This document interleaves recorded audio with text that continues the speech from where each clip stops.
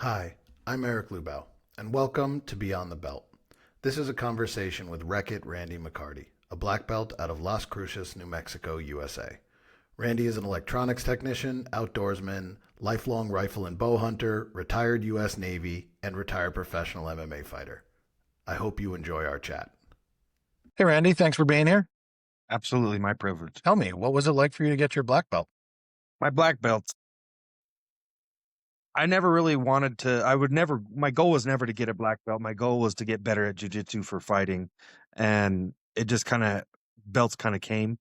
I never was one that like, I have to get this belt or I have to get that belt. But getting my black belt was kind of surreal because I had training partners that were higher rank than me whenever I started training, and they, because of work or whatever, got pulled away, and they're still the brown belt, and now I'm the black belt, and they came to watch me get the black belt, and they're like, "Man, this is crazy," and kind of weird because I knew he could still beat me, but just the time on the mat was more for me, so it was kind of surreal in that aspect, but kind of humbling too. There was Eric Polson, which is a big name and all, and he was there tying my belt on and all that. So it was pretty cool. A lot of family came, and not mine, but other people's. I didn't invite them. Why not? Huh? I don't know. Even like through in high school, my mom made me invite people to my graduation, and I'm like, why? Like it's just part of life. To me, it's the next progression in life. It's not a. I have a hard time try to down downsize the bigger moments. I don't know why I've always done that though. Like in hindsight, would you have wished that other people were there, like family or friends, or you just kind of whatever? Yeah, they know where I'm at. I don't know. It's like, hey, did you graduate? Yeah. Hey, did you get a black belt? Yeah. It's a good position, but at the same time, I when you when I first got my black belt and everybody else I've talked to so far, when you first get your black belt, you're like, am I though? Am I really a black belt? And very few people don't go through that, but I went to Phoenix and went to places that I knew had other black belts, and I rolled with their black belts, and I survived, and I tapped some of them out, and I was like, "All right, I'm closer than what I'm in my head I think I am." Is it one of those things for you where you were like, um, I need to level check myself, or were you going Absolutely. there to level check yourself? Yeah. I always level check myself in everything I do. I try my best to make sure what I'm doing is legit, not just a paper black belt as they call it at times. I personally don't call people paper black belts, but I've heard that word being used. It does happen sometimes, and in fact, that's kind of the reason belt checker was made, was to have fewer of those paper black belts or made up black belts showing up at places. Mhm. What was the moment for you? Like, what was the moment for you when you realized, well, actually, maybe I am better than I thought, or maybe I do deserve this, or maybe my instructor was right? I've always been a student, and I'm very teachable and everything, but I I don't mind showing people stuff, but I'm better one-on-one than in a classroom setting. Um, my coach would be like, "Hey, Randy, take over the class." "Okay, what do you need me to teach?" "Whatever you want." "Gosh dang it, man, are you kidding?" You know? And I was like, and then I would teach something, then I'd go over to him all big-eyed, and I'd be like, "Did I do okay?" And they're like, "Yeah," and then the guys in class were going like, "Dude, I never thought of it that way," and being able to see that I can teach what I'm doing and not just be the black belt, but teach it is really I think that's the point that it needs to be like I don't like there's a few black belts in our gym that don't ever teach. And every time they come to class, if my coach was saying, "Hey, Randy, teach," I'd be like, "Guess what you get to do today?"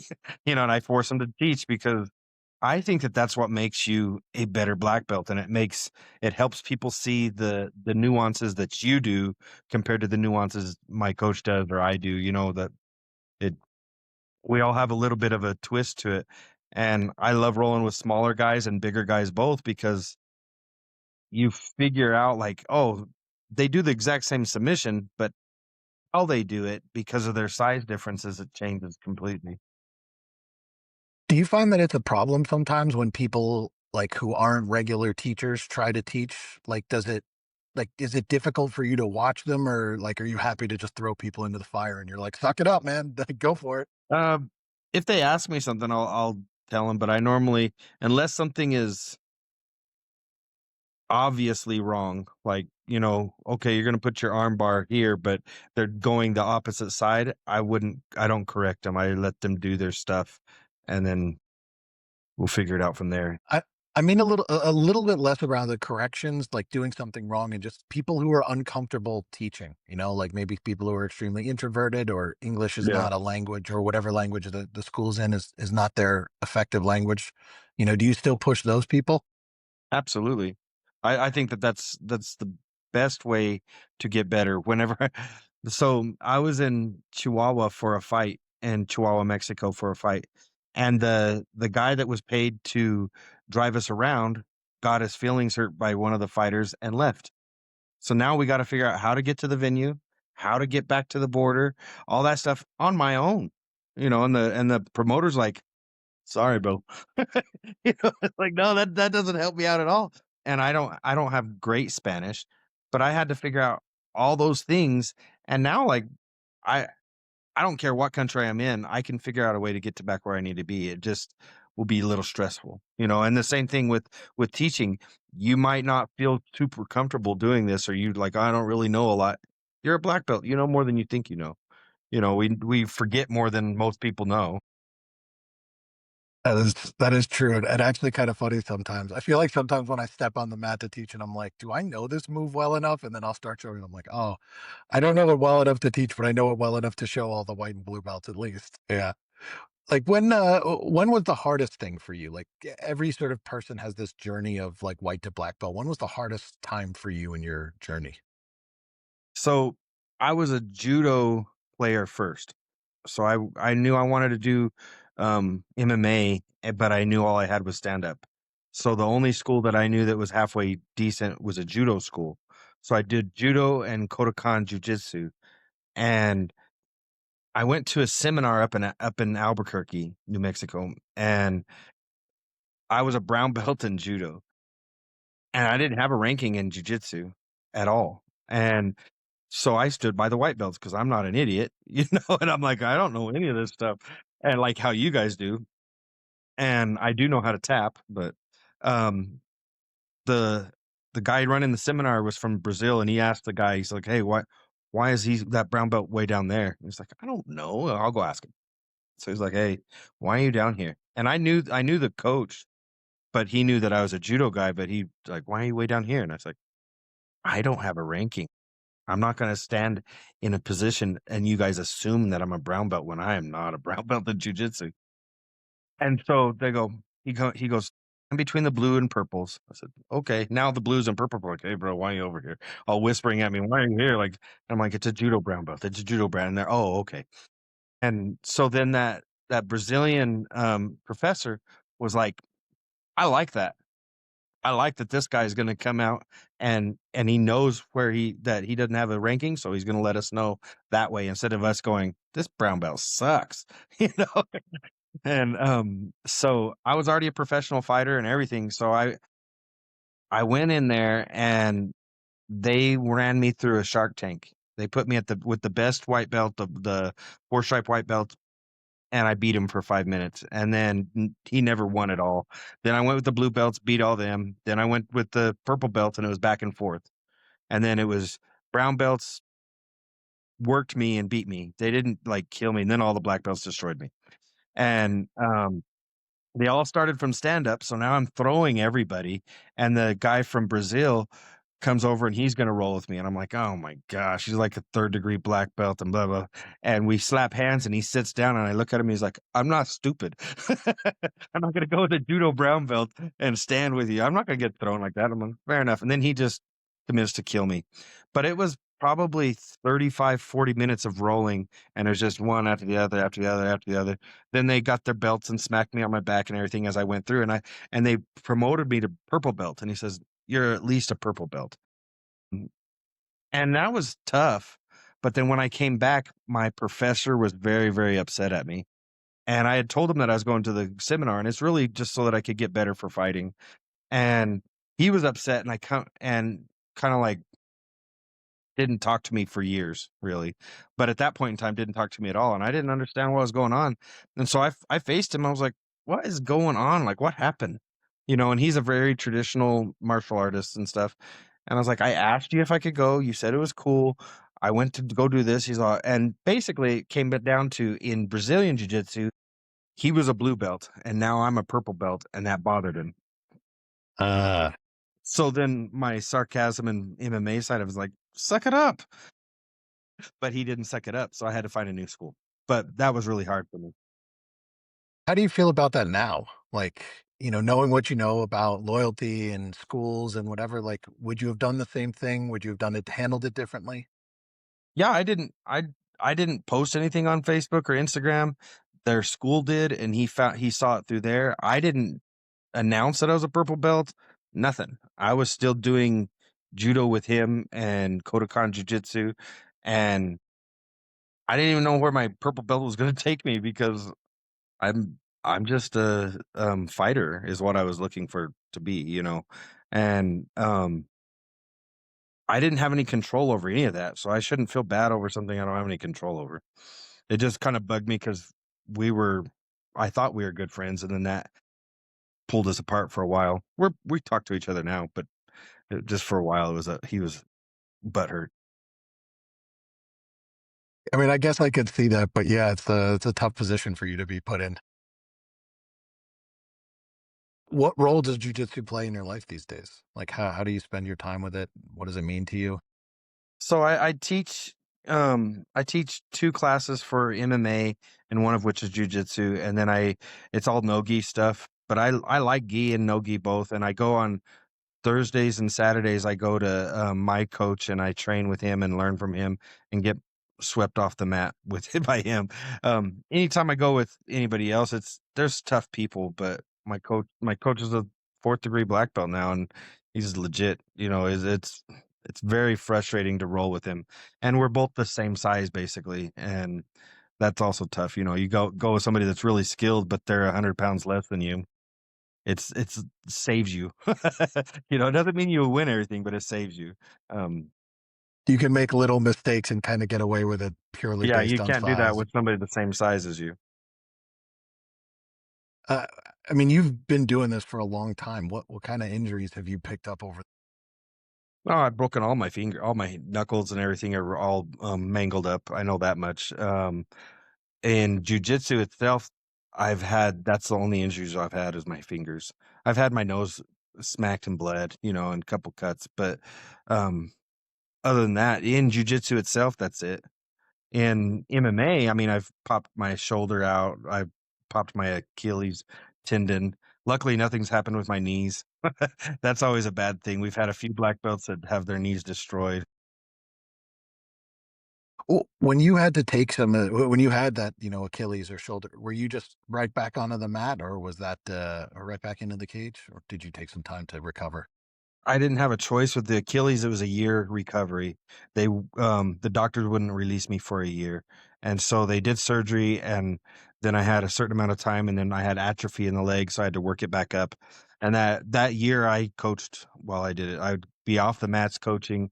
And, um, this one time, this guy, I was trying to coach, and this other guy comes up and goes, "Hey, hey, hey, hey," and kind of shut me down and said, "I know what we're doing right here." And I was like, "Well, like that's bad form. Like this is bad form." And I'm trying to communicate, and he goes, "Well, I'm 52 and 2," and I was like, "Where?" And he was going off, and I go, "Well, just because you're good at fighting doesn't mean that means you suck as a coach, though, because you're teaching him bad stuff."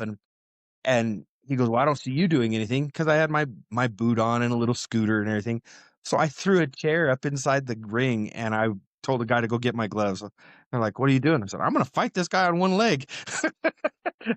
But I was just all this pent up energy. I couldn't get any of it out, and that's the way I knew how to get it out was fighting with people or grappling or. And that guy that guy got out of the ring as soon as I tossed that chair inside the ring. He's like, "Oh shoot, this guy's gonna kill me with one leg." And So I looked his name up and I looked for his record and I was like, I don't find any record where it's 52-2. He goes, oh well, it's smokers. I go, so you suck. You don't have any proof.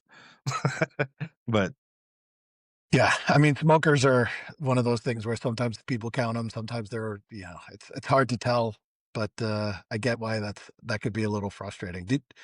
How did you handle a year off? I mean, you said coaching, but like that must have taken a mental toll on you. Like, what did you do to deal with that? well, so when I got done with the surgery, like the week after my surgery, I went back to the doctor and the doctor said, I'm sorry, Mr. McCarty. And he's like, I know you don't want to hear this, but I got to tell you, you'll never fight again. And my heart dropped. My heart dropped quick. And I bit my lip because I didn't want to be bawling or yelling at him. I went, hmm. And then so my daughter texts me and she goes, what'd the doctor say?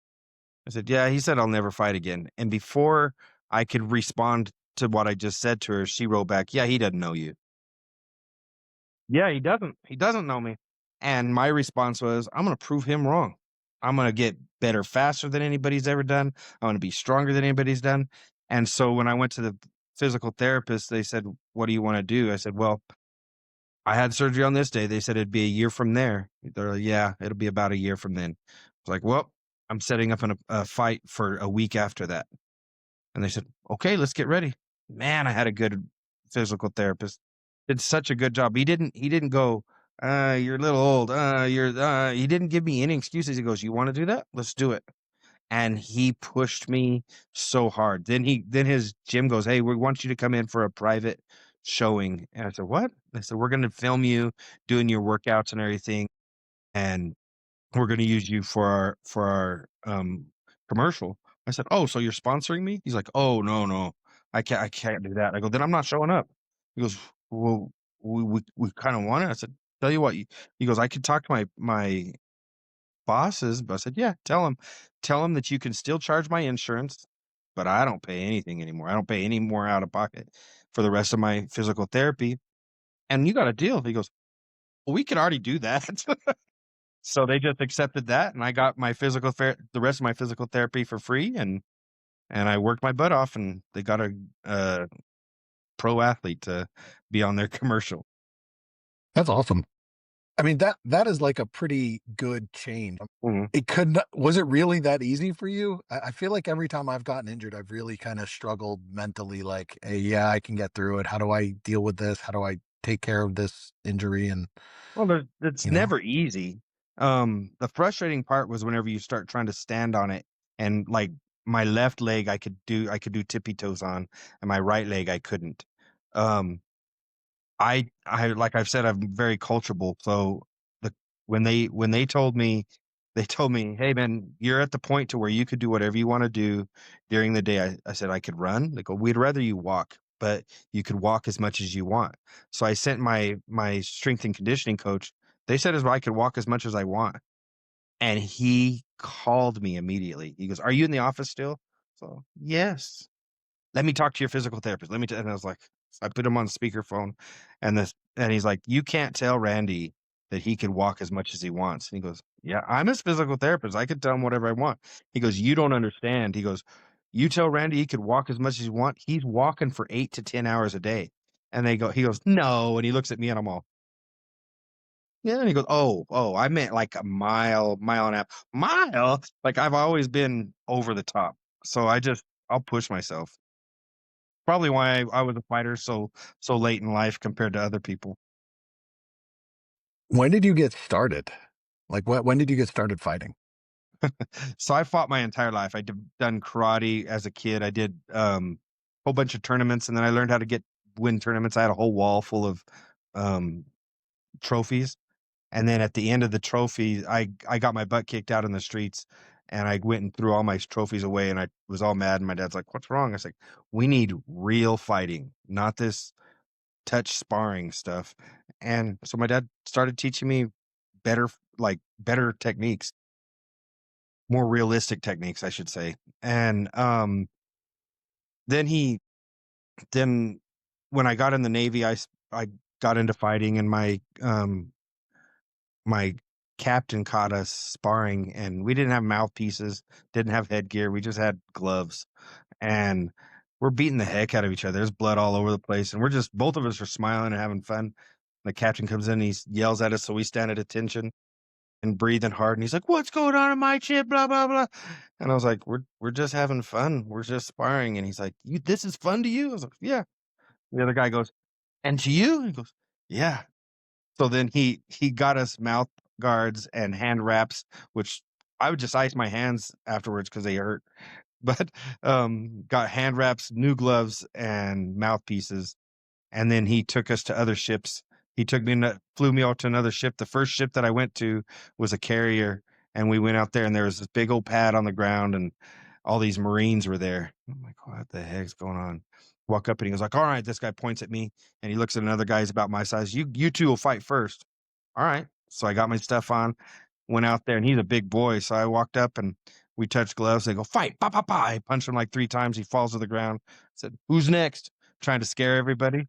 And they're Marines. They don't get scared. So this guy goes, I am. I was like, gosh, dang it. That didn't work. So I fought him like immediately after that. Is And this all I boxing? all boxing. And Yeah. I fought him and won. And then, like a 3-round fight. And then I rested for a while. And then I had a third fight. And then they're trying to get me another one. I said, I'm done, man. 3 fights in one day is enough. And they, It's a lot. it is. So my captain went over, he's like, you're done? He went over to the admiral. The admiral looked all pissed off, walked into the office with my captain. My captain comes out with this suitcase, and we fly back to our ship. And so I bumped my captain. I was like, hey, what's that? He goes, he shows me as a whole bunch of real fancy alcohols and stuff, and fancy wine bottles, or not wine, but liquor bottles. And I was like, and I look at him, he's smiling. He goes, I was betting on you. He goes, I won a lot of money. Or a lot of alcohol. And he bet on me and get alcohol and money a lot from all the different ships. It was crazy. Where were you stationed, and where were the ships that you were flying? So I was stationed in Hawaii, but I was on a cruise, like a Westpac. And so when you're on Westpac, you have multiple ships in the same group. And so we just fly from my ship to the other ships while we're out to sea and fight while we're out to sea. And so I fought all over That was all the always ships. boxing? Oh yeah, that one they wouldn't allow you to have anything other than boxing there. And then when I got out of the military, I still wanted to be in shape, but I hate just lifting just to lift. It's irritating to me. I want to have a reason to lift. And so my reason was to fight. I wanted to be in shape, so I can't be gassing out in the cage. So I trained to fight, and that's where I started doing the judo and jiu-jitsu. And then that was in 2008, and I've been doing it ever since. So Okay, so you've been doing this for quite a while at this point. yeah, I started fighting in 2010, was my first amateur fight, and I beat the guy with a submission in the second round, and it was like a little bit over a minute in the second round, and I couldn't even pick my arms up. I was so exhausted. And everybody's like, "What do you think? What do you think?" I was like, "I think I need more cardio." I was just dying. So then they laughed about it. But my last fight, I have 45 professional fights. My last fight, I did 25 minutes, and I did all 5 rounds. And at the end of the fight, I was still talking. My energy levels were high, and like, man, this is way better turnaround. I mean, you did a lot of karate, right? So how did the point fighting sort of translate into what you used in your career? I feel like point fighting is super valuable. Well, it teaches you distance and teaches you control. So if you understand your distance and control, then um, when you actually have to punch somebody, you just don't control as much. You keep your balance, but you punch through them. Instead of just Yeah. touching their face and pulling back. So I think it's a safer way to spar because you don't have to go off with as much brain damage, but you still get the concepts down and the timings down with people, and being able to not be afraid that, oh, this guy's going to kick me in the head that hard. No, they just touch it. And so if you miss the block, you're not as damaged. And so then you can learn a little bit better, I think, in that aspect. Do you think that helped you with striking, learning to be a little bit more of a point fighter, and just dealing with like gentle kicks and gentle punches and that stuff? as long Other as than you like the standard Dutch kickboxing style of just destroy the other person. as long as you understand that that kick would have really hurt you, so you learn how to block correctly and learn how to without getting the damage. I think it helps you out a lot because you're not afraid of the kick. You're just learning the blocks correctly without killing yourself, you know. Um, when it's just full out, the people who take it are the ones that can handle pain well, and they just keep going. But the people like I handle pain pretty well. I don't realize I have a bigger pain tolerance than most, but there are people that just have learned how to block correctly because they don't want the pain. They don't like it at all. And whenever I get punched, I smile and have fun. I'm like, good hit. Oh wow. I told this guy in a fight one time he hit me and I like my eyes flashed a big old bright white. So, oh wow, that made my eyes flash. That was a good hit while we're fighting. And he tells me after he's like, dude, like, how are you staying this calm? And I'm like, I don't know. I think just some people are wired differently. Yeah, for sure. When I was doing regular striking sparring, I wasn't a shit talker in that way, but I would just smile a lot and like I'd take the hits and I'd smile and then sometimes I'd be like, oh, that was a good shot. And then I'd just keep going. But I wasn't like I didn't like getting hit, but I got very comfortable with it. Uh, and if it was friends, I would be a shit talker, but I wouldn't like shit talk people who I didn't know very well. So I had this fight that this guy, I was in his hometown. He was favorite to win. And I shot in on him. I took him down and I'm punching him in the face. And I didn't realize that where I took him down at with the commentators were right behind us. And I'm punching him and I'm barely hitting him. And I'm like, come on, man, you got to get up. You can't be here the first round. You can't be here like this. You're supposed to win this fight. You got to get up. You got to get up. And I'm just leaning on him and making him get up. And as soon as he like pushes up hard, I sweep him back down to the ground. Oh man. I start punching with the other hand. You're back down here again. And when I did that, the guy kind of breathes out and I hear the commentator go, this guy's mental warfare. He's just killing him mentally. And I look over, I was like, oh, I didn't realize you guys were listening to me. That's what mental warfare is part of fighting. So if you've kind of mastered that, even just accidentally, I think that Well, yeah, authentic just talking to accidental people, mental warfare. Yeah, it's right? great. It was really not, it was just to play around, not necessarily like, I'm not trying to break him down. I wasn't trying to break him down, but looking back at it, it did. And I'm like, cool. Is that where you got the nickname Wreck It Randy from? Was this wrecking people's like mental states, or is that completely different? Yeah. So it is completely different. So I was just fighting and I was already a pro and right after I fought Ryan Spann, I couldn't get sponsors very easily. And I had this guy that was promoting a fight and he had so many sponsors for these fights and I was amazed. And so I was on his card. So I said, "Hey, can we have a meeting?" He's like, "Everything okay?" I said, "Yeah, everything's good. I just want to have a business meeting, not about my fight, just a business meeting." And he tells me, I said, "I don't know what I'm doing wrong, or I don't know how. Is it because of my age? Is it because of, blah blah blah blah?" And then he says, "No." He goes, you don't have a niche." He goes, "If I say the Iceman, who do you think of? Chuck Liddell. Liddell, yeah, If you say Rampage, who do you think? Quentin Rampage Jackson. of course. And I mean, it's just automatic. Whenever you say that name, you know who it is. It's just obvious. So you're just trying to go off of your name, which nobody knows or cares about. So you need to get something that it'll click in people's head. And so I was like, I kind of wanted a fight name to be earned, not to be made up. Right. Like all these people, I'm Pitbull. Well, there's 17 pit bulls.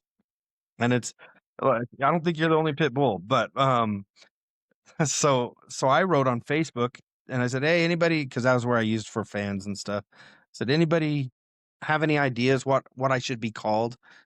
And of course, one of my fighting training partners had to mess with me and said, "Father Time." And then I was like, gosh, and a whole bunch of different names. One person wanted me to be Rowdy Randy, and I'm like, no, Randy the Ram. They did all these things, ugh. But I didn't care what it was. I wanted it to fit.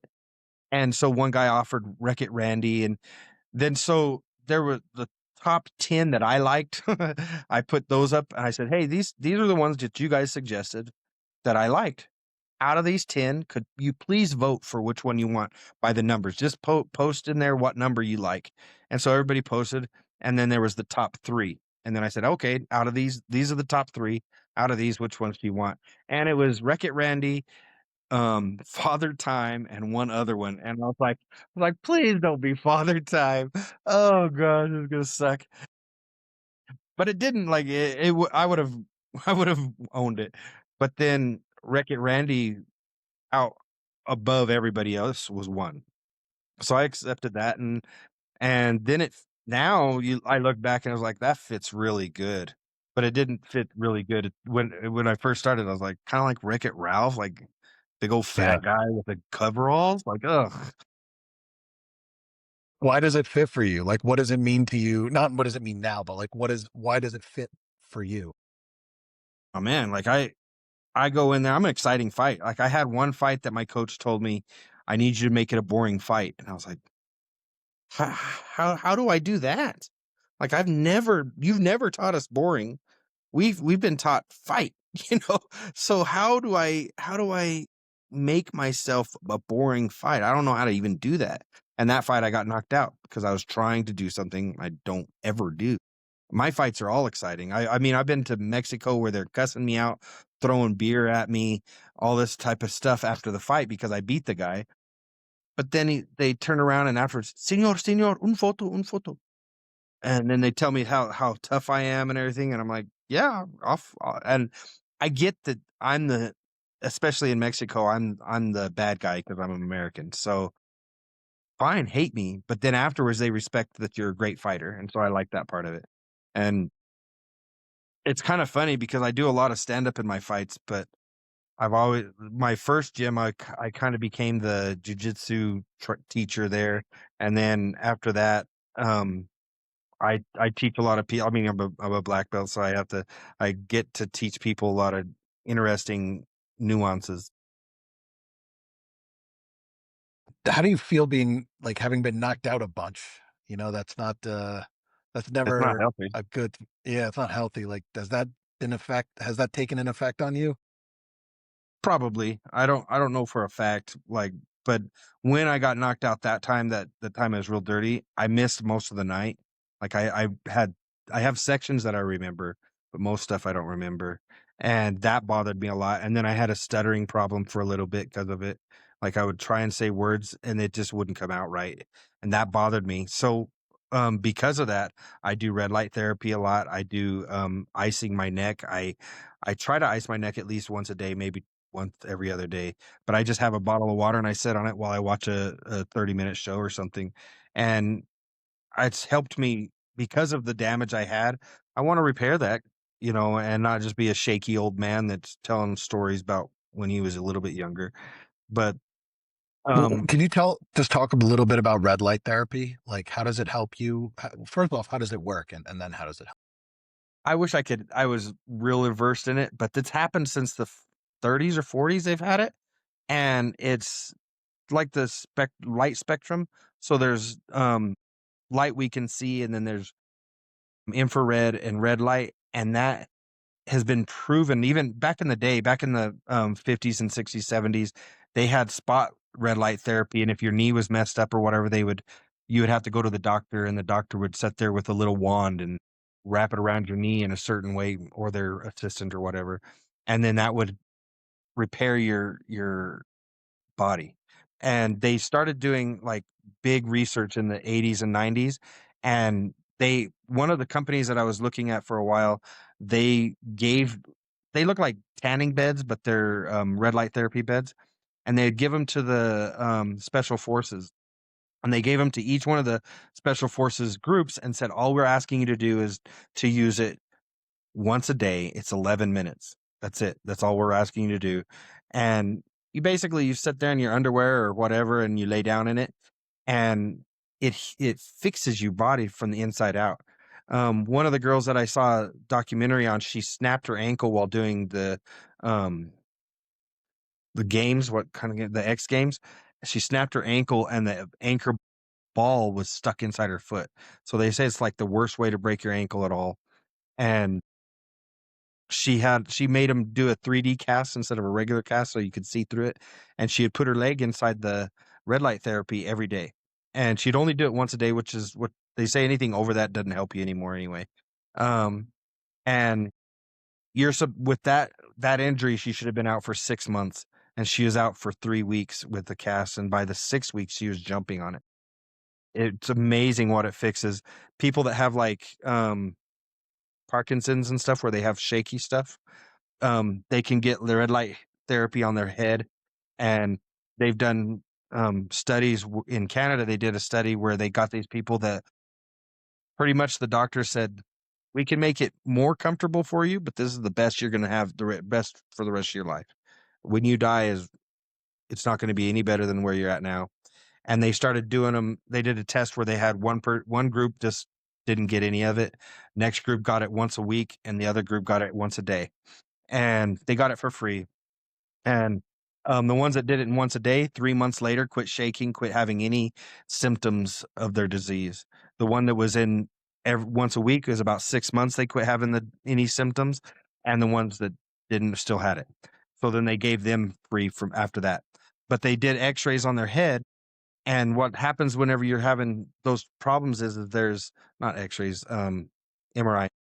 You start getting lesions in your brain. So you start getting scar tissue in your brain, and it makes blocks. So your body starts twitching and starts lots of problems.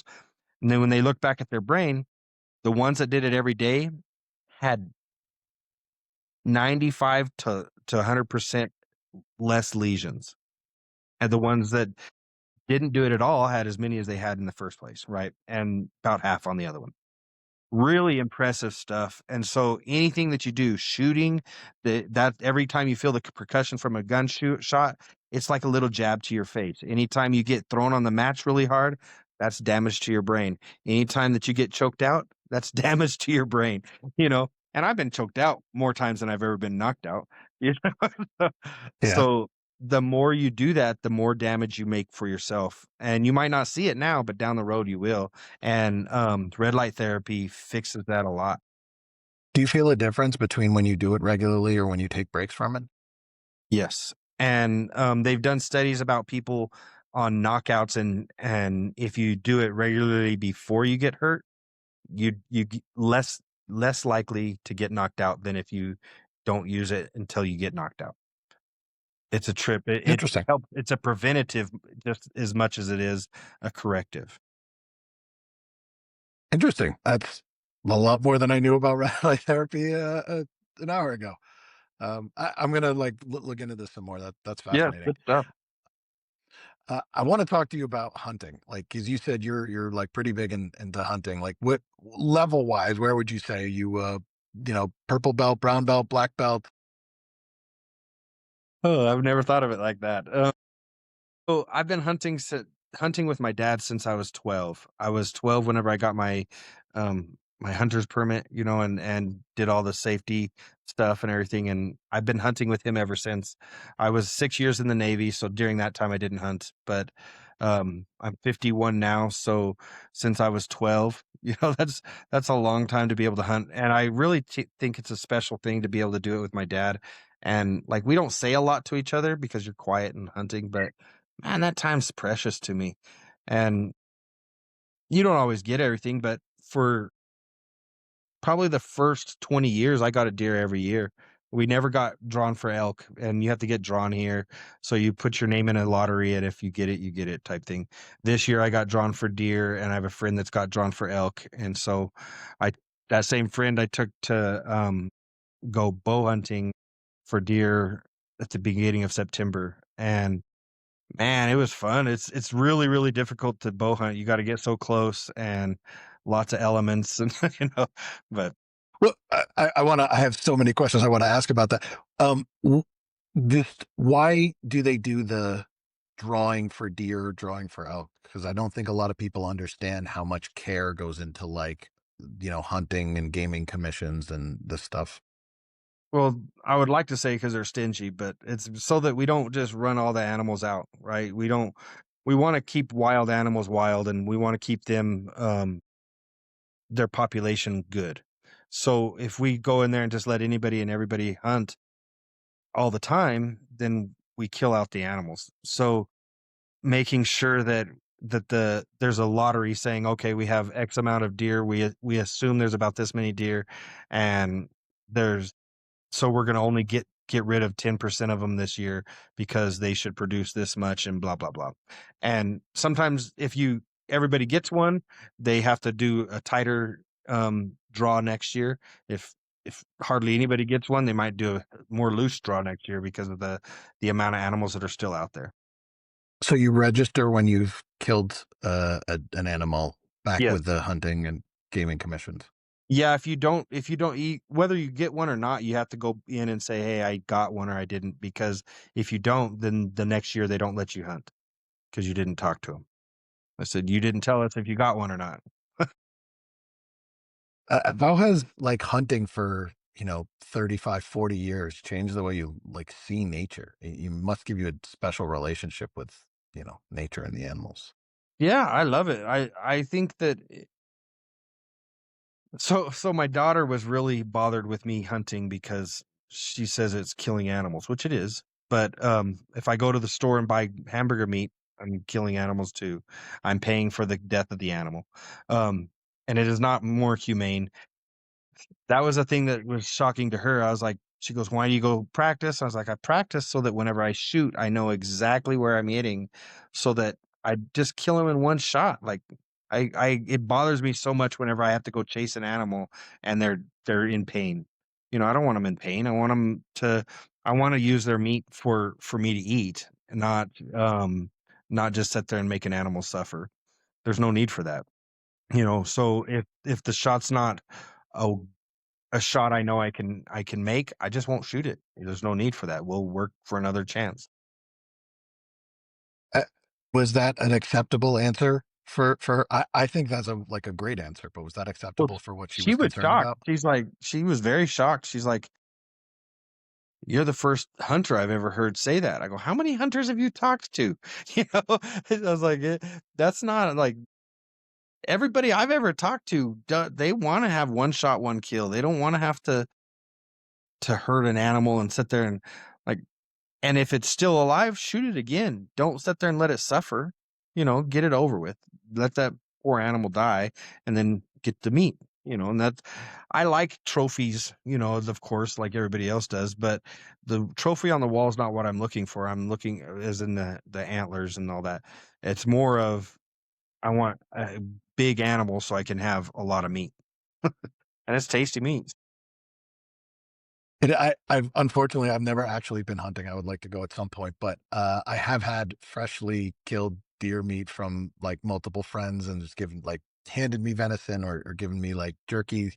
And it feels different. It feels I, people who don't, I'm sure you're familiar with like ag gag laws in the United States where you're basically not allowed to you're not allowed to take pictures or whatever of farms and how they kill and whatever. And that to me is like, something's wrong if it's illegal to talk about it or see it. And I think that like, if there's any good explanation for why the average hunter enjoys hunting, it's, you know, there's no law against that, but there is a law against the way everybody's like comfortable with eating.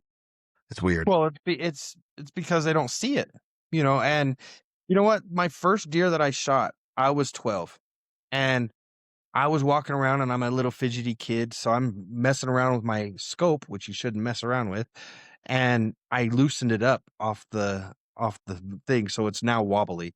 I didn't know that, and here comes the deer, and I'm shooting and shooting and shooting, and I hit the deer in his shin, the part that has no meat. How do you hit it in that? And I hit 2 of his shins and none of his body. And my dad's like, "Stop, stop, stop shooting, stop shooting." I stop, I look at him. He's like, "Get close enough that you can kill that animal and shoot him with 1 bullet because now it can't get up. 2 of his legs are broken and it can't get up." So I walk up and I'm like, That's awful. "Yeah." And it's sitting there shaking. And I'm there and I get like 20 yards from it, right? You should be able to hit it. Click, no more bullet. So my dad walks over and he steps on his horns and he slices his throat. And every movie I've ever seen, you slice somebody's throat and they fall down and they're done. It's over. That's not. It is not what happens. And I was 12 years old and I watched this animal die and it took forever. And by the end of it, I was I felt so bad for that animal having to die like that. And I decided I would fix my fidgeting of hands and practice shooting better. And I mean, the meat's good and that's what we're doing it for. We're harvesting meat. But man, I don't ever want to make an animal suffer. I don't want anybody to suffer. If I get shot, just kill me. Same thing. I don't want to have to just sit there and get gut shot and have to sit there and watch you while you're waiting for me to die. Oh, that'd be horrible. Was there anything else that you kind of took away from that? That has to be a life forming kind of experience to be in there and watch that and go through that. Well, by the end of it, because he's breathing out of his neck and he's gargling and I finally just went, just die, like stop it. It was just so painful for me to see him do that. Afterwards, you got to gut him. You know, how many times do you go to the store and have to gut your animal? Never. You know, Never. so having to deal with all that, finding his heart, finding his liver. My dad would always save the heart and liver, and so we put them in little Ziploc or gallon-sized Ziploc bags, and then because I was always very independent, so I was like, I'll carry him back, and my dad's like, it's 5 miles, Randy, to the truck. So, like, I'll be all right, and that's why we didn't go get another bullet, was because it was 5 miles away at the truck, and so I picked this deer up and I carried him. And by the time I'm 12 years old, by the time I got to the truck, I couldn't walk. I couldn't climb into the truck. Shaking and shaking and shaking. And my dad's talking to me about iced tea and the glass crackling, and I'm just salivating. We get back to the truck and my mom, or we'll get back to the house. My mom gives me a hug, gives me some tea, and then we start skinning the deer. We did everything. We took it all the way down off the bones. We cut it up. We labeled it. We put it in the bags. So that type of a thing, nobody, like, I can live forever in that aspect as long as I have something to shoot with, and I shoot good with bow as well. So most people, if the store closed, what are you going to do? What are you going to eat? You know, good luck.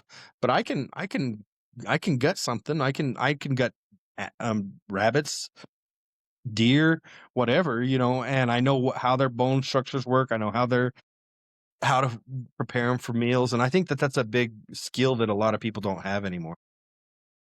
I agree. I definitely am someone who doesn't have that skill, so I fully agree with you. Is that the most memorable hunt you were on? Was that first one where you had to, you know, do that, have that experience with your dad and, carrying out that deer? Um, that was probably one of the most memorable. One of the other one was we were up in the woods and my dad tells me to go around this edge of the hill, and he meant he's going to stay on the top edge of the hill and I was going to drop down and we'd just follow with each other. But something happened in my head and I walked down off, you know. And so I'm off somewhere that my dad's not at and nobody else is at, and I was like super quiet. I don't know where I'm at. I've never been hunting here yet before, and this is the first time I was there. And I'm super nervous, and I'm an adult, but I'm just like, I don't know anything around here. And so I'm walking over this edge, and we're shooting with muzzle loaders, so it's primitive gun. It didn't have any scope or anything. And I look over, and this huge, huge buck was like 30 yards from me. Doesn't even know I'm there. There's 2 of them. So I aim, cock the hammer back, I shoot, and the deer goes, "What? Are you kidding me?" And so I duck down where he can't see me and I reload. I stand back up and he's looking at me and I shoot him. And he runs off. Not hit. Not hit at all. How do I miss that? I was so frustrated. So I reload again. I start going towards where they were at. Went over the hill, shot at him again, and now he's gone. I never even hit him. I was so frustrated. When I shot that shot, I hear my dad. I hear a shot up on the hill. My dad got one. So then I start walking back towards that way. Yeah, my dad got a buck, and I'm telling him about it. He goes, "Well, do you know where it went off at?" "Yeah, I know where it went off at." "We'll stop there and go look for it." "Okay." So we stop and he tells me again, "You go around this part, I'll go here. Make sure you can see me the whole time." So we're going to go around this mountain. We loop all the way around the mountain. We get back to where I could see the truck, and the truck's like 80 yards from me. And that buck, that big old buck, is looking in the back of our truck looking at my dad's deer, kind of like, "Hey, Bob, what are you doing laying there?" You know, and I, oh shoot! So I get ready to shoot him, and my dad goes, "Don't hit the truck." I'm like, "I'm not gonna hit the truck." I pulled the trigger, and the deer looks over and just runs off. Am I shooting blanks?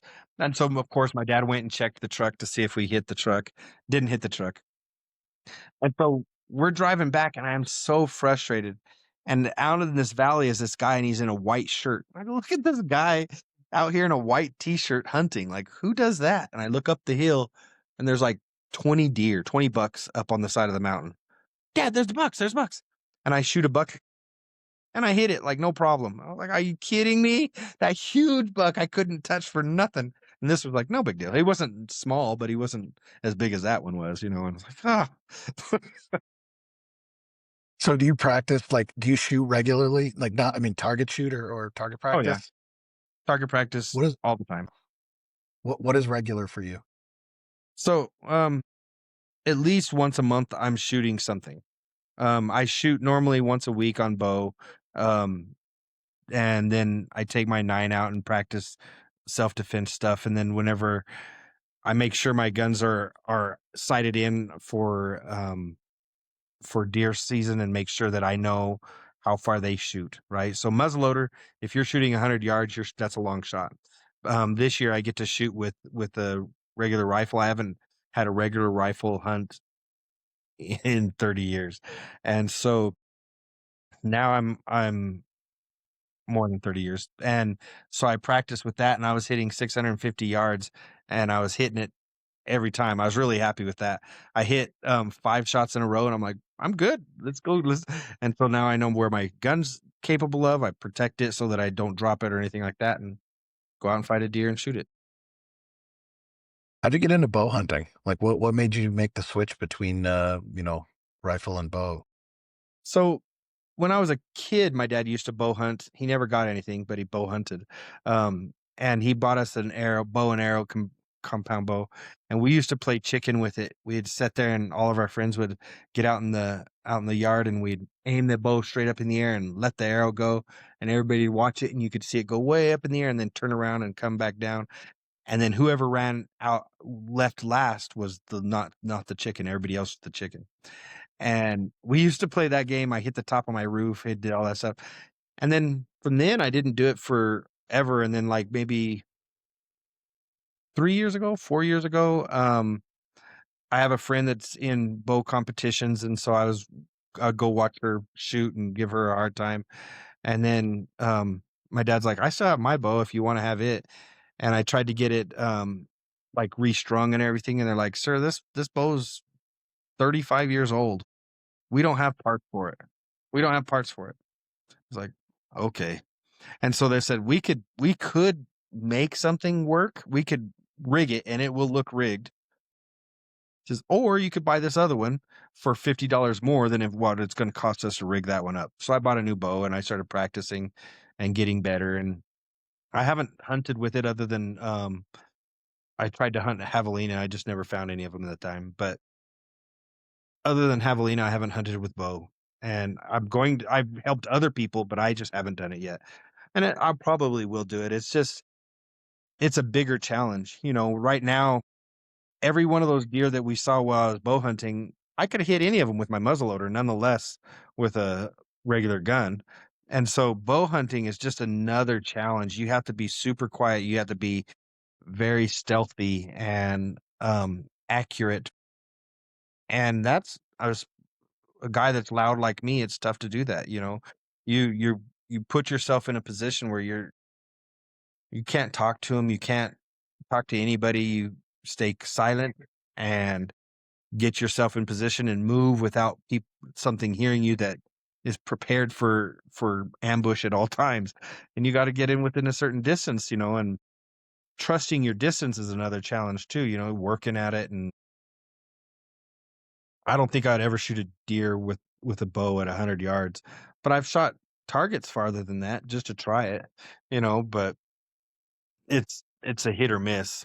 There's no Do you guarantee. like the silence of hunting? I mean, you're clearly not I do. It helps me. It makes me work through things that regularly you have TV on, or you have the music on, or you don't have any of that on when you're hunting. And so you get to work on stuff. And normally I go to places that don't have cell phone service. There's nothing, right? So if something breaks down, I'm hours away from civilization. So you have to be prepared. You have to be self-sufficient in that, and you deal with things that you might not have even realized you had to deal with until you're out there alone, away from all that stuff. Can you give me an example? What do you mean work on stuff? Well, like my mom has died, and I miss her and I love her, and she was a good mom. And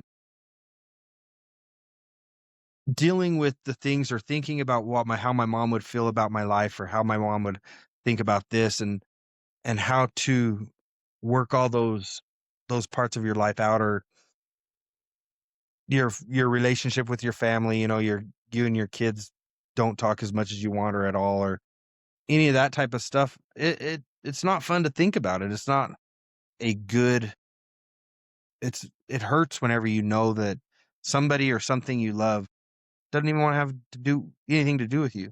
So how do you deal with that? A lot of times you just fill your life up so that you don't have to deal with it. And out there you don't get to do that. So those types of things seem to crop up, and now you got to deal with them. They're not going to go away. And so you get to think through things that you normally don't want to, and just push off to the side, you know. Have you ever tried like meditating at home, or it's like you need to be out in the wilderness, Oh the no. silence of nature? No, I know how to meditate. And I mean, my karate upbringing, you're taught how to clear your mind, and and excuse me, how to deal with a busy mind. But it's not that I have to be out there, it's that I like to be out there. It's a different feeling when you don't have any excuses. You don't have any way to ignore it. You're not easily entertained. You don't have your phone to play video games. You don't have texting anybody, or any of that stuff. None of that helps, or none of that is available to help. Ignore it for a while. Wow. I mean, that's why I enjoy hiking, but I don't have the necessity of being quiet. I just tend to hike without, you know, people and have it be quiet. I love hiking too. I did when I turned 49, I decided that for my 50th birthday I would do 50 hikes. And so I wanted to do 50 separate hikes. Like, if I already hiked this up to that mountain, I'm not going to call that the same hike. I can't call that another hike. Once I did it, I have to go somewhere else. And so I wanted to go to places that, like, are are cool places, but places I've never been. And so I decided that my final hike would be the Grand Canyon, and it's a long hike. So I was going to stay the night, and never got passes to stay the night. So I was like, well, it's my last hike. I'm doing it. So I did it all in one day.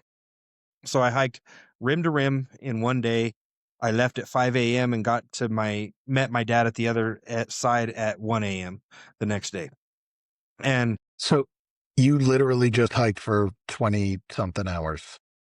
yeah, so it was, I took a nap during the middle of the day for an hour and a half, but I climbed into the river, and I just laid on the river with my head on a rock, and because it's so hot, and the water was so cold, and just laid there and relaxed. And then got out, tried to take a little bit of a nap, watch some squirrels, and then changed my socks and hiked some more. And so I thought that it was 26 miles. And if you look at anything on about the um, trail, it's 26 miles. Then there's another trail that's 10 miles. So added together, it was 36 miles, but I prepared for 26. So the last 10 was really, really rough. And hearing waterfalls, and hearing how far down it was, but it was so pitch black you couldn't see it. That was kind of spooky too. You don't need to fall off those things. And when your legs are that weak, you can fall without even wanting to. Like, you're not trying to get close to the edge, you just kind of do. So I was lucky that I didn't fall or anything, and got back up there. And I felt really bad because my dad was 75 at the time, and or close to 75. And he's up there and there's no cell phone service, and I couldn't get a hold of him to let him know that I'm okay. Because I was like, oh, I'll be there like 7:30 that night. Okay, I'll be there. So he got there at like 5:30 to make sure that I wasn't waiting around. And then he's there at 1 a.m. It's okay. And I'm like, it's not okay. Got all these emotions in my head because I was like, I can't believe I'm doing this to my dad. But he's a good man. Was he okay with the fact that you showed up 6 hours later, or was he kind of pissed at you for He's just happy that I was okay. He's like, it was beautiful. It was great to watch the sunset and everything. He's like, I just was worried about you, and I'm glad that you're okay. And he supported me in everything I've done. It's amazing. Like when I was a kid, I found out that there was an electrical short in a pole. And so I'd have everybody grab a hold of the pole. I said, I bet you can't touch that pole in the fence. And then they'd get stuck on it and then they couldn't let go. And then I would drop kick them off and they would say, thank you for drop kicking them off. Welcome. Then I'd bet somebody else would do it. So I was all excited. My dad's like, what did you do today? Oh, and so I tell him that story and he's like, what? So then he calls the electricians to get it fixed, and I was like, "Dad, like I can't let you do that already." But then they gave me a old system that had an 8-track player, a radio, and a um, record player. And the only thing that worked was AM radio, even though it's supposed to have AM, FM, and 8-track and all that. So I took it apart, and I was like 9, 10. I took it apart and started like touching things, and I would get shocked there, but not shocked here. And I'm like, that part's bad. And then I just started, and I started figuring out what had power by touching it. And so I tell my dad, hey, I need these parts. And I showed him these, like a handful of parts. He goes, what for? They're broken. He goes, how do you know they're broken? So I told him, he's like, you don't touch electrical like that. I was like, oh, I just shocked a little bit. And, oh my gosh. So I've always had a high tolerance for pain, but I also had, um, I had ideas on how to fix things. And so then he got those parts for me and I put them back in, and lo and behold, now the 8-track player works, and we just needed a needle for the record player. And it was like, all right, so now I got to figure out how the AM/FM part works. Never figured that part out, but he knew all that. And then now I work with electronics, and I was like, hey, Dad, like you knew I was good with electronics. Like, yeah. Why didn't you ever push me to go like that? Why didn't you ever like guide me? Hey, like you're good with this stuff. You should do it. And he's like, it's more fun watching you figure it out. And I was like, really? And he's like, yeah. So he's been that way his whole life. He's enjoyed watching me grow up, right? And he's given us the tools like karate and survival and understanding north, south, east, and west, which blows my mind that people don't understand that. But you go outside and I go, where's north? And they're like, and they have to get their phone to look for it. They don't know. And well, where did the sun come up? The sun come up over there. Well, then where's north? And they still don't understand it. Yeah. And it blows my mind. Go ahead. Yeah, I was going to ask you, you've got a daughter. I mean, how much of that stuff are you passing on? Like, how much of that stuff that you took away from your dad about parenting, about letting kids learn, or are you doing it, or are you doing it differently? I did some of it the same. I learned a lot about what my dad did after I got older. Of course, I mean, it just was that was my dad, But I taught them self defense, and I taught them how to work on cars, and um, you also have to have a supportive role. And my ex wasn't that supportive in that stuff. She made the girls feel like I was punishing them, so they didn't want to learn that stuff. So I wanted to teach them that stuff. It just doesn't always happen the way you want it. And and so if I could teach two things that I could do if I could change anything from the past is I would teach them jujitsu, because I didn't know jujitsu when I was younger. So I would put my daughters in that, because I believe that every woman should be in jujitsu and have that confidence. Um, and the other thing would be to not be so stressed out about every little thing. I'd be less stressed out on my kids and just like, oh, it wasn't a major deal. It's just in my head Can you it give an was. example? Oh, like how they responded to something, and then you get irritated with the way they respond, instead of just listening to the fact that they're a human being and they can figure it out, and that's what my dad did. My dad would ask us stuff and go, really? And he knew we were wrong, you know, but you think so? explain that to me. And that's what he would do. And we'd try and explain it. And then all of a sudden we're realizing that we're wrong. And we're like, you know, but he wasn't like, "No, stupid, you were wrong." I didn't call my kid stupid, but it's like, "No, that's not right." And I would explain it to him. And then now I'm I'm irritated with them is what and how they see it, even though it needs to be just like, let's let them figure it out. Trust that they're a smart kid, which they are. That's good. But it's good that you have learned at least learned that lesson now, and better late Right. than never. Right? So, is there anything that you wish everybody knew, whether it's about hunting, about fighting on ships, whether it's jujitsu? Any piece of advice that you wish everyone had? If you want to do something, do it consistently. That's what I would say. Um, don't give up just because it gets a little hard. Um, Life's tough. There's a saying that I don't know if I agree 100% with it, but I was watching a National Geographic thing when I was a kid, a long time ago, and this lady was cutting. It was about scarification, and they were cutting little scars into this baby. And I was like, "What the heck?" Their whole head would get scarred, their whole body, by the time they were, adolescent, their entire body had scars on it, and they'd make a design out of it, right? But there were all these scars, and they asked the lady why you would do this to your kid. "Don't you love your kid?" And she goes, "I do this because I love my kid. Life is hard, and we're gonna feel pain in life, and if my kid doesn't know how to handle pain, he won't be able to live in this life." So you have to understand and learn how to take small little bits of pain so that in the long term, you're able to you go, "I handled this, I can handle that," and give them that example or deal with that. And I mean, I don't know about cutting kids, but the concept was good. The way they chose to do it, I wouldn't agree with, but Yeah, the concept is great. And I think that like when you go do jujitsu and somebody touches your neck and you don't like being choked or you don't like that and you freak out and tap. I had a girl do that. I put my hand on her neck to move her and she's tapped and I was like, "I didn't even submit you yet." And she goes, I just don't like anybody touching my neck." Probably shouldn't have told me that because that's all I'm going to do now.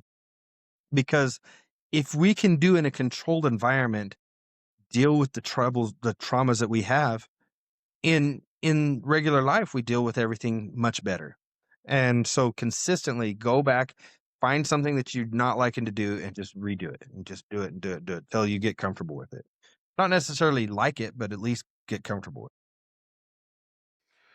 that sounds like really healthy advice, especially if people learn to confront their fears. Th- that's a hard thing to do, especially in a room where people are gently trying to kill you, but it. still trying to kill you. Yeah. I always tell the kids or new people, I tell them they come up and, "Hey, sir, they told me to come with one of the black belts. Can I go with you?" I was like, "Yeah, but you won't like it. I'm not nice." Like a lot of guys will, "Oh, do this and oh, do that," and just sit there and work and teach them as they're rolling. I'm like, I come from the if I choke you enough times, you'll learn how not to get choked type of a rule. If I armbar you enough, you'll realize, "Oh, he's grabbing my arm. I'm not going to let him do that anymore." And it's just the school of hard knocks on my side of it more than soft pillows. Do you think you would have had a better chance, a better time, like getting better or like improving if you weren't all through the school of hard knocks? Or do you think that's the best way to learn? Or maybe just the best way for you? I would for sure say it's the best way for me. When I was a kid, my mom tried grounding me once. She took everything out of my room and laid me on a bed with no sheets, no toys, no nothing. Took the door off, so they knew where I was at. Right? I don't know what all I did, but I deserved it. And so I'm laying there on the bed and I'm looking up at the ceiling and I'm seeing all like the orange peel texturing and I'm making designs out of the texturing. My mom sees me and I'm just having a blast. I'm just looking. She's like, "What are you doing?" "Oh, do you see this?" And I'm showing her, looking up at the ceiling, telling her all the different things. And she's, "You're supposed to be in punishment." And I'm just having a blast. There was no, I didn't think about punishment at all. I'm just, oh, this is great, and making a big old story up on the ceiling, and she's tried that. She's tried a whole bunch of other things, but for me, capital punishment is what I needed. Whenever I started going to school and people going, hey, Randy, let's do this. My opinion was my mom will find out about it. Is it worth me getting a spanking? If it was worth me getting a spanking, I'll do it. I don't care. But if it wasn't, then I'm not going to do it. So people, hey, you want to smoke? No, that's not worth me getting a spanking. Hey, let's go party. No, I'm good. And I wouldn't. What was your metric? What was your barometer for whether something was worth a spanking or? That's a great question. So I rode my parents never wanted us riding motorcycles, and my mom and dad caught me riding a motorcycle with a girl on the back of it. I wanted to ride motorcycles, but my friend's like, you could ride mine. And this girl, can I get a ride? I was like, yes. Never ridden a motorcycle before. I'm taking this girl with no helmet, no padding, nothing. And she wrapped her arms around me and hugged onto me. And I'm like, oh. And then I drove off. And as I'm driving off, my mom's driving down the road looking at me. So when they got home, I handed them the belt and get ready to get beat, because she's like, what am I going to do to get through to you? I go, you already got through to me. I know what was wrong. I know I'm not supposed to ride motorcycle, and I know that I need a spanking for this. She's like, I'm going to spank you. I'm going to ground you. I was like, whatever you got to do. My dad asked me, he's like, Randy, I got to ask you a question before you go to your bedroom. I said, okay. Knowing that you're going to get caught for that, would you do it again? I went, yeah. He's like, go to your room. And so I was like, we don't need to punish him. He's going to do it anyway, But so it was really like, so the girl got to hug me. I was like, yes, I will do that. That was as a kid, girls liking you, stuff like that was a big barometer of what to do or not do. Whenever they were talking about defund the police, I had these kids in the gym that were gangsters, and they thought they were gangsters at least. And they're like, hey, Randy. And I'm like, what's up, man? How you doing? And there's these other two guys that were working out there that were cops. And they're like, those guys go, hey, what do you think about the defund the police thing, bro? Is what they asked me. And I was like, I'm all for it. And the cop was deadlifting. And he dropped his weights and looked over at me like, what? And the kid, really, bro? I didn't think you'd be on our side. I go, I'm not on your side, man. The cops stopped me from doing stuff too. Like, I don't go hurt people. I don't go shoot people. I don't go take stuff because I respect the law. You guys are protected from me by the law, not the other way around. I was at my house, and I told him my house. I go, my door's unlocked. Come on in anytime you want. Because the rules in New Mexico are, if you're inside somebody's house, that's okay to shoot them. So Is it like stand your ground, kind of like Florida, or just trespass? Okay. Stand your ground. And so I was like, come on in, try to steal something. And the cops go, oh, and started lifting again. Like, okay, I see what he's saying. But, I follow the rules because I respect the rule of law and want to not have problems. But there's a lot of stuff I'd rather not do. I'd rather not register my car. I don't want to pay money for that, but I get the reason why we do it. So I do it. Fair enough. That makes sense. What are you excited for in the future?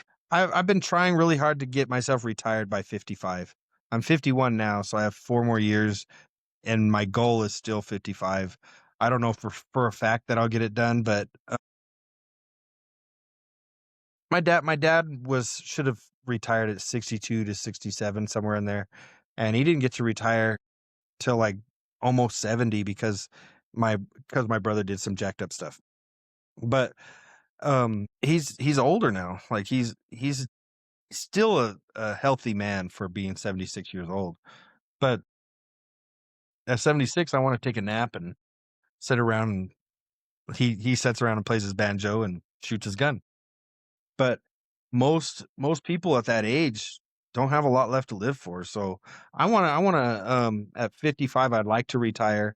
I want to either travel around America and in a fifth wheel and go hiking in places that seem cool, or I want to go to Belize and live in Belize. And one of those two options. I don't know yet. Sounds like a pretty good set of goals. A few years ago, maybe 7, 8 years ago, I hopped in and just all I did was travel, hike, camp, and drop in on. I mean, I was a blue belt at the time, so it wasn't as fun. But I still dropped in on a bunch of jujitsu and MMA and Muay Thai schools just all over the country. And I would just go and say, "Hey, if you had one night in your town, where would you eat and what would you do?" And I made a ton of really good friends, had a bunch of really good food, went on a bunch of really awesome hikes. And if I waited until I retired to do that, I would not have had anywhere near as much fun. I'm glad I did it in my 30s and not tried to wait till my 50s. And most people in their 50s don't have any desire to do that. It's really shocking to me how many people like people go, "Oh man, Randy, like the what's it called? Like I'm too old to do this." I'm like, "Really? How old are you?" "Oh man, I'm old. I'm like 36 years old." I'm like, "Okay." You know, you realize I went pro at 39, right? And I went till I was 50. So most people um use that as an excuse, and I don't know. I enjoy being like, I guess I was a late bloomer in that aspect. Everything I've done later than most people. I went in the Navy when I was 26. I started fighting professionally when I was 39. Started fighting at all at 36 um as for MMA. Um and like I think I'm 5 or 6 years older than my jujitsu coach, and there's guys that are my age that are old guys, they act old, they grapple old, and I'm like, I don't even wanna roll with them sometimes. It's like, "You guys are boring, like, you don't even, oh, you got me," what I mean? What is that? No, fight, you know? Don't allow it to happen. Don't sit there and just lay on your back and let me rub your stomach, you know? That makes sense now why your advice was if you want to do something, just do it because you joined the Navy late, you started fighting late, and you just were like, fuck it, I'm going to do this. Yeah. Yeah, that's what I mean. You can't use those excuses. That is an excuse. You might not be as great as you thought you would have been at 20, but you're not 20. You're at your age now. If you want to do it, do it. If you don't say you want to do it. Don't use that excuse, oh my age or oh my this or oh my that. I know a guy that has one leg and he's a professional fighter and he's a bad man. Don't let him get a hold of you. He's really strong. And When I was a blue belt, I was training at Marcelo Garcia's in New York City, and there was a guy blanking on his name. I think it was Kareem, who had one leg, and that guy would throw up the sneakiest triangles because yeah, usually the leg has to come from somewhere, and you see it coming. But he just had that little nub, and he would get that nub up, and he would get you in a triangle. And holy shit, it was hard to stop that triangle. It was tight, and you would tap, and then you were like, because seriously. you don't really get taught how to deal with people with one missing limb or whatever, and it was a good lesson, and you don't need four limbs to tap somebody out Yeah, or get tapped out. there's a fighter that has his arm is in the middle of his forearm's cut off, so he has a nub right past his elbow. Yeah, And Mike something. I've seen him fight. A really good striker. yeah, and when he hits you with that nub, it hurts really bad. It's just bonk, ouch! Like that's all bone. I mean, it took him a while to get used to hitting with that, but it's and then sliding rear naked chokes in and all that. It's not an easy task to deal with at all. And I don't know. I think that those are all excuses saying, "Well, I'm one armed, I can't do that," or "Well, I'm this, I'm that." You can choose what you want to do in your life, and if you're willing, you'll figure it out. Majority of the time, I mean, you can't fly. You know, Yeah, the regular stuff should not use those excuses. Just stay consistent with it and figure it out. yeah, it's good advice. Is there anything you want to promote, Randy? Um, my coach's gym, Jesse Briggs, is an amazing jiu-jitsu artist, and he's really good with kids, really good with adults, and um, always willing to teach. If you're in the El Paso, Texas area, you should go to Jesse Briggs. It's Briggs MMA Academy. Um, and then in Las Cruces, I also teach at Legacy Mixed Martial Arts. So either one of those places would be a lot of fun to just come by and roll with me. I'd like that a lot. I don't care who you are. Aw- Awesome. I will. I'll put the places in the show notes. This was super fun, Randy. Thanks for your time today. You as well. I appreciate it. Thank you very much for your time. Thank you for listening. If you have any questions about rifle or bow hunting, the U.S. Navy, or getting into professional MMA fighting later in life, reach out to Randy directly. If you find yourself near El Paso, Texas, or Las Cruces, New Mexico, USA, find Randy for a role.